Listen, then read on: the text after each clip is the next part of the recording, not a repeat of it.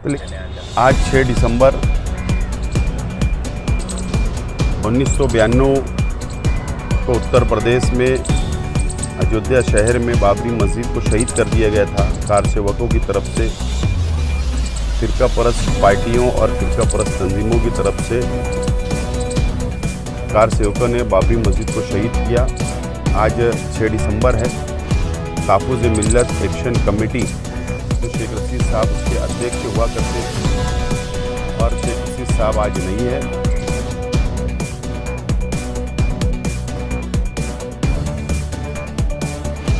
हम सभी ज़िम्मेदारान ने मिलकर आज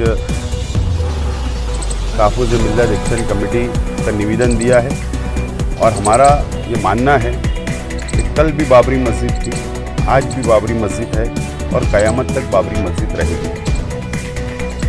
अब वहाँ पर हुकूमत बदली, हुकूमत ने अपना फैसला लिया, वहाँ पर राम मंदिर तामीर हो गया।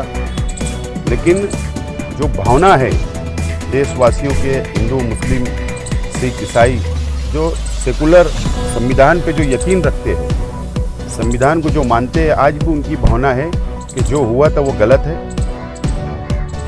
हर धर्म का आदर होना चाहिए, इसके अंदर दो मत नहीं है। लेकिन बाबरी मस्जिद थी, बाबरी मस्जिद है और क़यामत तक बाबरी मस्जिद रहेगी, ये आज हमारा मानना है।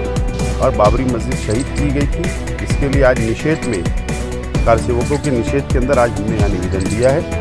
और आप लोग देखिए कि अभी भी फिरका परस्त तंजीमें अभी भी खामोश नहीं है।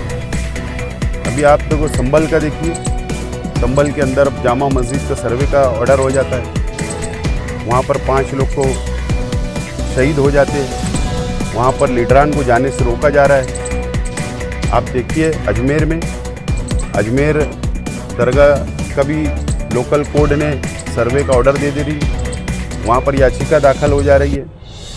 जहाँ जहाँ पुरानी मस्जिदें हैं, तारीखी मस्जिदें हैं, दरगाह है, जहाँ पर मजहबी मुकामात है मुसलमानों के, वहाँ पर एक साजिश के तहत इस मुल्क के अंदर दो समाज को लड़ाकर राजनीति करने का जो 92 से जो उद्देश्य था वो अब आगे बढ़ाने की कोशिश की जा रही है।